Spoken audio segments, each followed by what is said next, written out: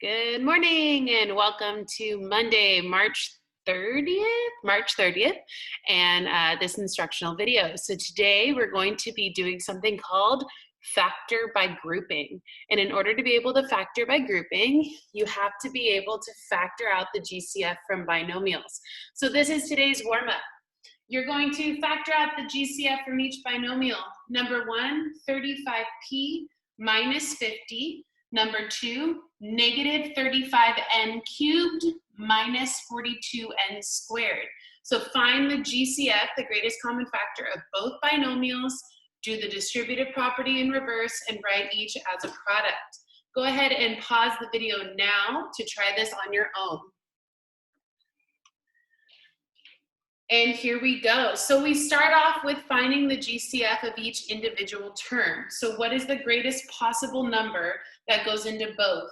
To do this, you start with the smaller number and you find all of its factors, and then you check which ones are also factors of the second number. So 35, I know that's 1 times 35, and I also know that that is 5 times 7. That's the only way to create 35. So I'm just going to work backwards and see which of these also goes into 50. Does 35 go into 50? No, it doesn't. Does 7 go into 50? No, it doesn't. Does 5 go into 50? Yes, it does. 50 is 5 times 10, so I know my GCF is at least going to have 5. Now, when I write these out as products using 5, I'm going to start with the first term. 35p is 5 times what? Now, 5 times what will give me 35? We already know that that's 7, and then that's just going to be a p. 5 times 7 times p is 35p. Maintaining the structure here, same thing, factor out 5. 5 times what is 50? We already wrote it over here. That's 5 times 10. Now, just because we factored both individual terms doesn't mean we factored the entire expression yet. Now we have to take out our common factor, 5. And once we take that out, what are we left with? We're left with 7p minus 10. That is our binomial. And we have successfully factored number 1. Let's do a quick multiply to check. 5 times 7p is 35p, check. Minus 5 times 10 is 50, check. We have successfully factored the first one. If you want to pause now to try to do that second one, go ahead and do that now. A little closer. Now, the second one is actually a little bit more challenging than you'd think. What I notice about the second one is the leading coefficient is negative. Now, we haven't talked about this before, but you're going to see it today in the instruction. Whenever the leading coefficient is negative, that means the GCF is also negative. So when I'm looking for a common factor here, I'm going to factor out a negative number because that leading coefficient is negative. Let me show you what I mean. So we have negative 35, and we're going to look at that as a negative 42 because it has that subtraction symbol. So I do the same process over here. I'm figuring out what are my factors of 45 and which of those go into 42. Well, if I work backwards, 35 doesn't go into 42, but 7 does. So that's the next greatest factor of 35. So I know 7 is my GCF. Now, remember what I said though, we're not going to factor out a positive 7. We're going to factor out a negative 7 because the leading coefficient is negative. So over here, I'm just going to write out my GCF is going to be negative 7. Now there's something that these two have in common that I didn't have to deal with in the first example. If you notice, this has an n cubed and this has an n squared, which leads me to think my GCF also has to have at least an n in it. So to do this, I'm going to go through this a little bit slower. So I'm going to start by factoring out negative 7. Now, negative 7 times what is negative 35? That would be times positive 5. And then I'm going to write out what n cubed actually means. That means n times n times n. So all I've done is I've taken the first term and I've written it out with all of that, all of those factors. Over here, when I take out a minus 7, negative 7 times what is 42? I think that's 6. And then n squared means n times n. So to find the greatest common factor, we have to look for what do they have in common. Well, I see a negative 7, which we already have, but then what else do you see that they have in common?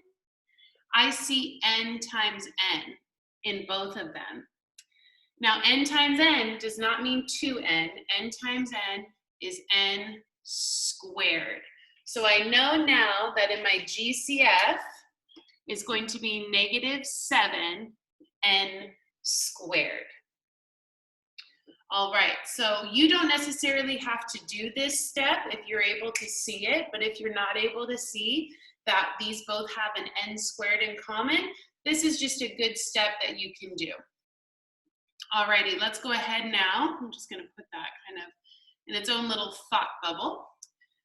Let's go ahead and factor out the GCF of both terms just like we did here. So starting with the first term, when I factor out negative 7n squared, what am I left with? Well, I took out the negative 7 and the n squared. I'm left with a 5n. Over here, take out negative 7n squared. What are you left with? Well, I took out the negative 7. I took out the n squared. I'm left with 6. I factored both terms, but I haven't factored the entire expression. So our final step is take out that common factor, negative 7n squared, and I'm left with, once that's taken out, a 5n, would it be plus 6 or would it be minus 6? Well, let's see. If I left that as minus 6 and did a check, what would it look like? Negative 7n squared times 5n is negative 35n cubed. What does that negative do to that subtraction sign? If you remember, if I distribute a negative to the subtraction sign, it changes it into addition.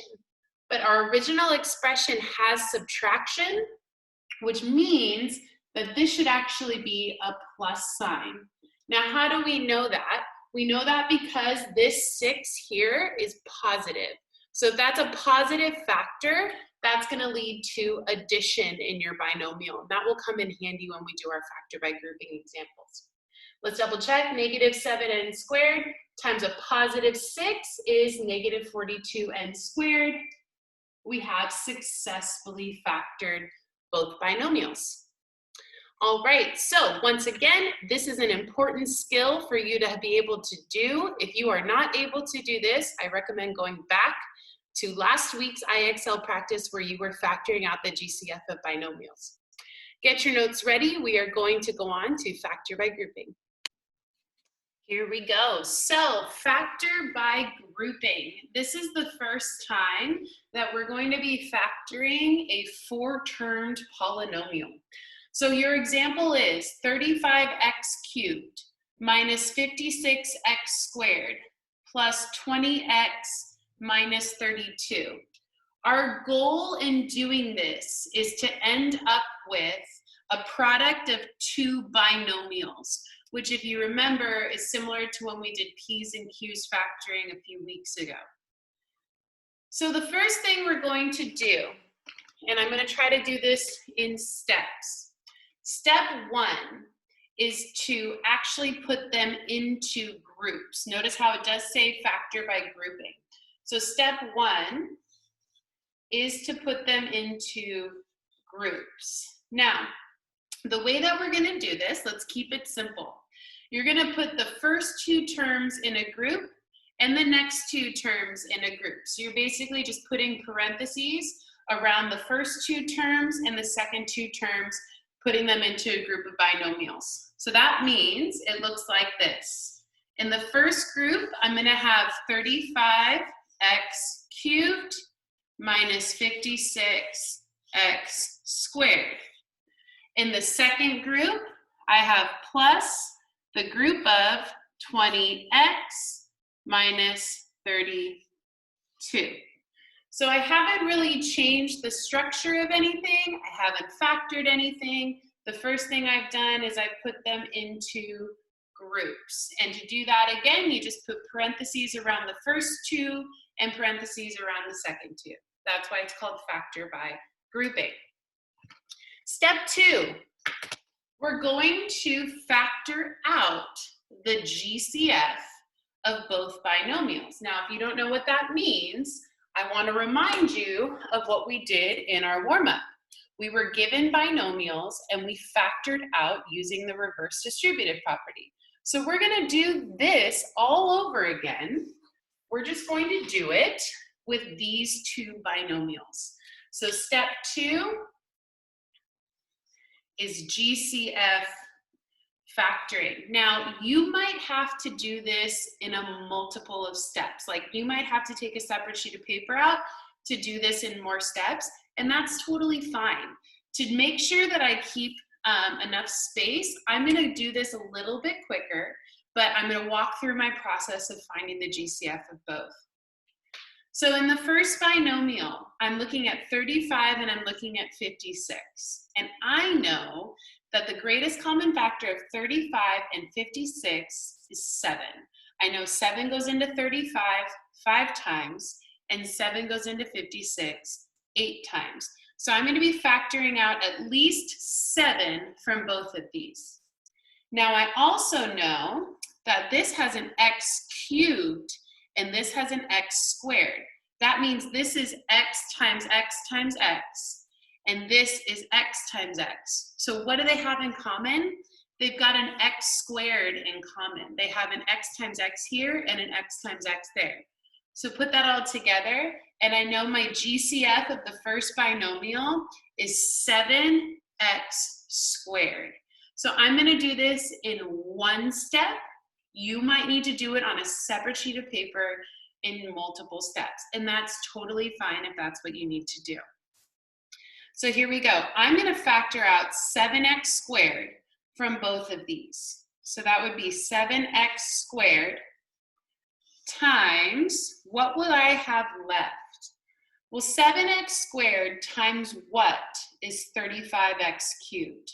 Well, 7 times 5 is 35, and x squared times, I'm missing one x here, will give me x cubed.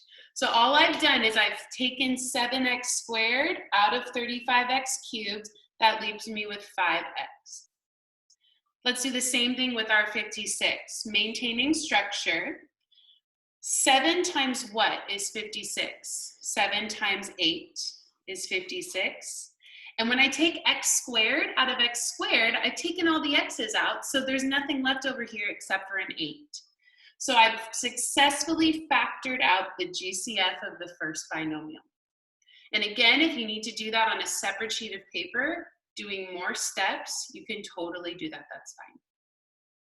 Over here, maintaining structure, same thing. Factor out a new GCF from a new binomial. So think about this as a totally separate question, rewrite that binomial, and factor that GCF out. So you're forgetting about this for a moment. This doesn't exist, we didn't just do that. Over here, what's the greatest common factor of 20 and 32? I might have to write out some of those factors. So like 20, I know is 1 times 20. It's also 2 times 10 and 4 times 5. So let's work backwards. Does 20 go into 32? No. 10 doesn't go into 32. 5 doesn't go into 32. 4 goes into 32. So my GCF here is at least 4. Now, when looking at these two terms, this has an x, but this doesn't. So that tells me that my GCF isn't going to contain an x because they don't have an x in common. The only term that has an x is the first term. So that means my GCF here is just 4. That's all I can take out of both terms to make them common. So 4 times what is 20x? Well, 4 times what is 20? 4 times 5, and then bring along that factor x. And 4 times what is 32? Let me make that subtraction. 4 times 8 is 32. So that's factoring out the GCF. Now, again, we haven't factored the entire expression yet. This is still a sum. What we've done is we've factored out the GCF of the first binomial, and we factored out the GCF of the second binomial. Now, if you're paying attention, you're going to notice something here. What I notice is that these two products have something in common. Do you see what they have in common? Let me read them out loud and see if you can see it. 7x squared times the group of 5x minus 8 plus 4 times the group of 5x minus 8. What did I say when I read it out loud? I said the group of 5x minus 8.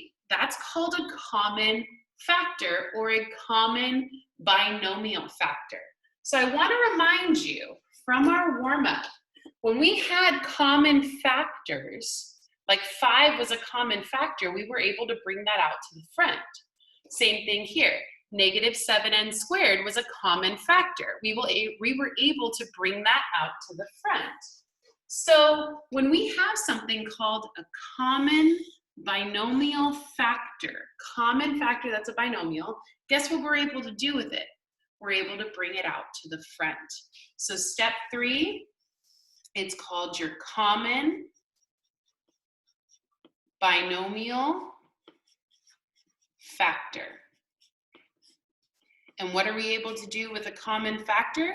We're able to bring it out to the front. So we're going to take this group of 5x minus 8, and we're going to bring it out to the front. 5x minus 8. Now, if you remember from the warm-up, when we took them out, we crossed them out, and we looked at what do we have left? I see a 7x squared plus 4, so we're left with 7x squared plus 4. And now we have factored the entire expression.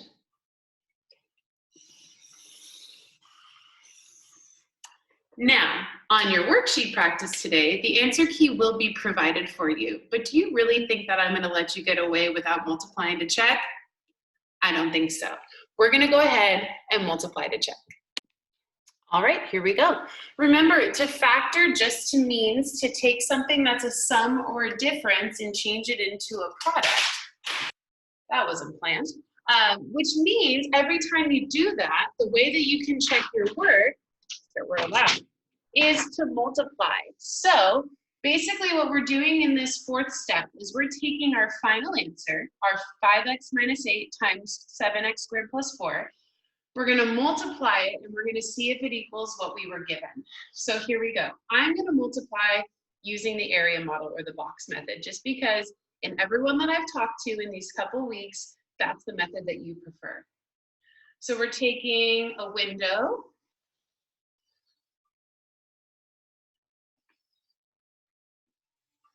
and I'm going to take the first binomial, 5x minus 8, and the second binomial, 7x squared plus 4.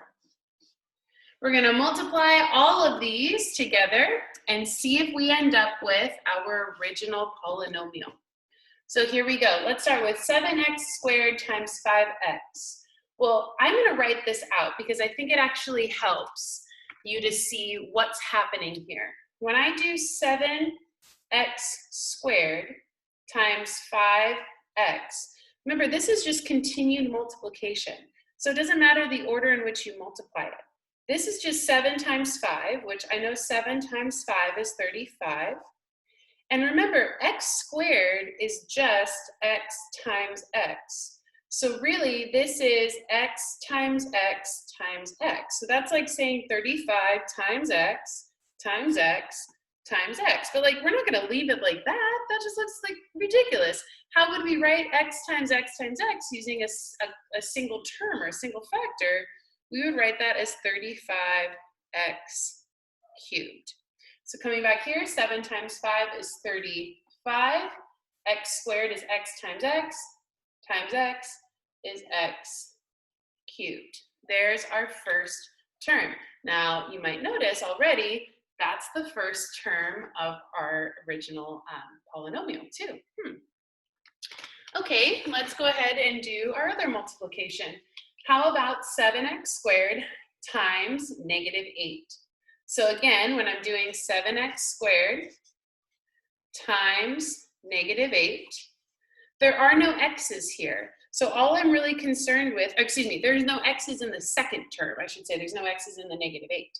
So really all that concerns me is the 7 times negative 8, which I know is negative 56. And then the x squared just kind of comes along for the ride. So this term, when I do 7x squared times negative 8, I have negative 56x squared. Interesting that it's exactly the same as the second term over there. What? That's crazy. All right, almost done. Now I have a positive 4 times a 5x. So I have positive 4 times 5x. That actually looks pretty easy. That's just 4 times 5 times x, which is just 20x. That wasn't so bad. So positive 4 times positive 5x is a positive 20x. And notice every time I do the box method, I include plus signs for positive, because we're going to have to pull this out and make it into a polynomial pretty soon. And my last term, this one should be the easiest one of all, because all you're doing is multiplying two numbers together. So what is positive 4 times negative 8? That's negative 32. Now, some of you will be able to stop here, because you'll notice that all 4 of these terms match all 4 of those terms right there. So that tells us that we factored completely. If you don't see it, then I'll show it to you right now. We're going to pull all 4 of these terms out, put them in standard form, which means order from greatest to least, and see if it matches what we were given. So the greatest term I see is 35x cubed. Let's pull that one out first. Minus 56x squared plus 20x minus 32. Is that what we started with? 35x cubed? Yes, it is. So guess what that tells me? That tells me that this expression here is equivalent to this expression here, meaning this is just the factored form of this one. So I'm going to put a big old check there, because I know we have checked it and it is correct. We're going to go through another example of factor by grouping, and then we'll do one challenge problem. So for those of you who aren't interested in doing any challenge work, you'll just be able to stop the video then. And if you are interested in doing a little bit of a challenge problem, then you can continue on. So we're doing one more example followed by a challenge. Okay, our final example of the notes, and then like I said, we'll wrap up with a challenge problem, is n cubed plus 7n squared minus 3n minus 21. Again, we're going to follow the same 4 steps, well, 3 steps of factoring, followed by a multiply to check. Now, I chose this one for 2 reasons. There's going to be something weird when we factor the first binomial, and it has subtraction here, which means something is going to be a little bit weird too. So feel free to try this on your own first, but my guess is you're going to run into a little bit of trouble. So step 1, let's look over there. Step 1 is, it's called factor by grouping, so we've got to split it up into 2 groups. So that means we're going to take the first 2 terms and put them in a group.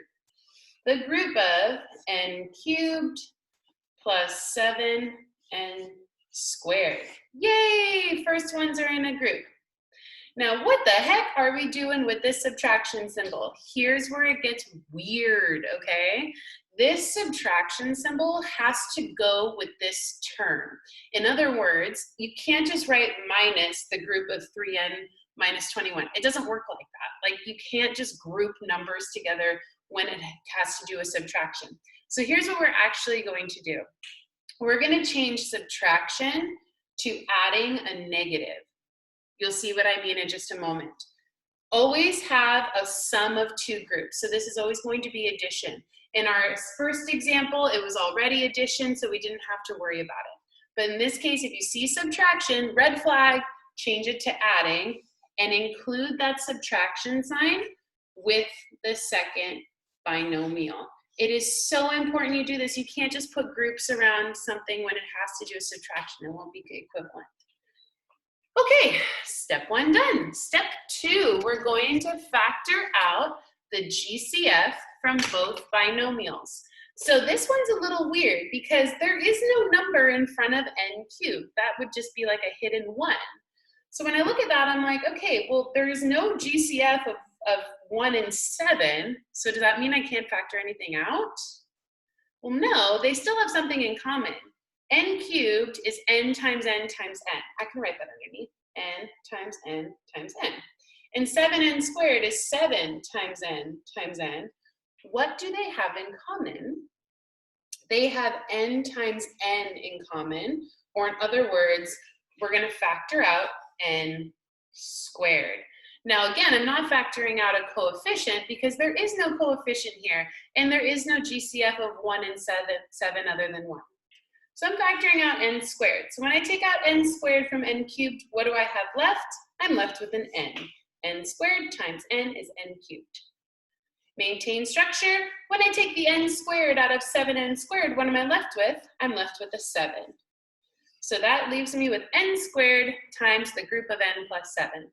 I've successfully factored out the GCF of the first binomial. Let's take a look at this second binomial. Now, this is where the warm-up comes in handy. Because if you remember, what do you do when the leading coefficient is negative? I told you this, and hopefully you wrote it down. When the leading coefficient is negative, you have to factor out a negative GCF. So let's see here. Because we brought that negative along, and you have to do that, you can't get away with not doing that, we're going to factor out a negative GCF here. Well, this one should be pretty simple. Negative 3 only has two factors, 3 and 1, or negative 3 and 1. Which of those goes into negative 21? Well, negative 3 does. So we know we're going to factor out a negative 3. Now, that would mean that we're left with negative 3 times n here, and negative 3 times 7 here. This is the only term that has an n. 21 doesn't have an n, so we're only going to factor out a negative 3. Notice when that happens, our structure goes back to subtraction. So you're only changing it to addition here to make this a negative leading coefficient, and then it turns back into subtraction when you factor out that negative 3. All right, negative 3 times what is negative 3n? Well, when we take out negative 3, we're left with just n, and I think you know what's coming next. Negative 3 times what is negative 21? Remember, when you take out a negative 3, you're left with a positive 7. Now, here's how you can tell if you're doing this correctly. If you look at step 3, what should you see at this point? It's 3 words: common, binomial, factor. Do you see something they have in common? I do. I see that they have n plus 7 in common. That shows me that I probably did my GCF correctly. For example, if this said n minus 7, that is not the same, and I probably made a mistake. So here we go. Final step, step 3, factor out that common binomial factor. Take that n plus 7 and put it out in front. N plus 7. Once I've done that, I no longer need it. It's no longer part of this expression. And what are you left with? I'm left with n squared minus 3. And there you have it. Now, on your worksheet practice, you'll be able to check using an answer key. But do you think I'm gonna let you get away without doing a check? You are highly mistaken. Let's see if I can squeeze in a check at the bottom here. Step 4, check. I'm gonna check again using the box method, just because it is the preferred method from what I've heard, but feel free to always check using double distribute if you prefer. All right, we're gonna take our first binomial, put it across the top, n plus 7. Take our second binomial, put it down the side, n squared minus 3. And here we go. N squared times n, that's just n times n times n, which is n cubed. Huh, that was in our original. That's a good sign. Okay, n squared times a positive 7n is just positive, oh, excuse me, I said that wrong. N squared times a positive 7, not positive 7n, I didn't say that, is a positive 7n squared. Oh, check 2, we got the first 2 terms right. Okay, negative 3 times n is negative 3n, which is the third term. We're looking good. And negative 3 times 7 is negative 21. Look at that. Doesn't that just make you get so excited? Maybe just me, and maybe because I've been inside for too long. Here we go. Let's pull them all out. N cubed plus 7n squared minus 3n minus 21 is what we started with. So we know that this is correct with a smiley face. All right, we are going to end, let me get over here. We're gonna end with a challenge problem. So at this point, if you are not interested in doing any type of challenge, you're gonna stop the video now, well, in a little bit, and work on today's worksheet practice. If you are interested in a little bit of a challenge, stay tuned. We're gonna do something a little bit tougher. What the hell are you talking about?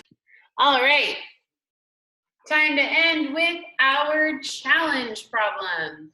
So this one, you might tell why it's a challenge, because I've included more than one variable. There's an A, there's C, there's F, and there's Y. Crazy. But we're gonna follow the same exact steps that we were doing, and we should be able to factor this no problem. So let's start off with step 1, which is grouping. Just put them into groups. Now I'm gonna go ahead and do this step right here. Here we go. There's my first group. And because it's already addition, I don't have to worry about that whole adding negative thing. There's my second group. Step 1, check, done.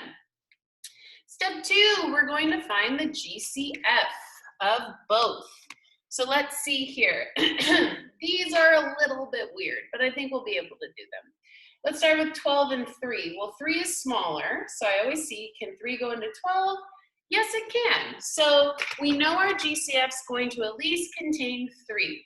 Now I'm going to write this out. So 12 is 3 times 4, and then there's an A, and then C squared just means C times C. So that's my first term, 3 times 4 times A times C times C. And then this is minus 3 times A times F.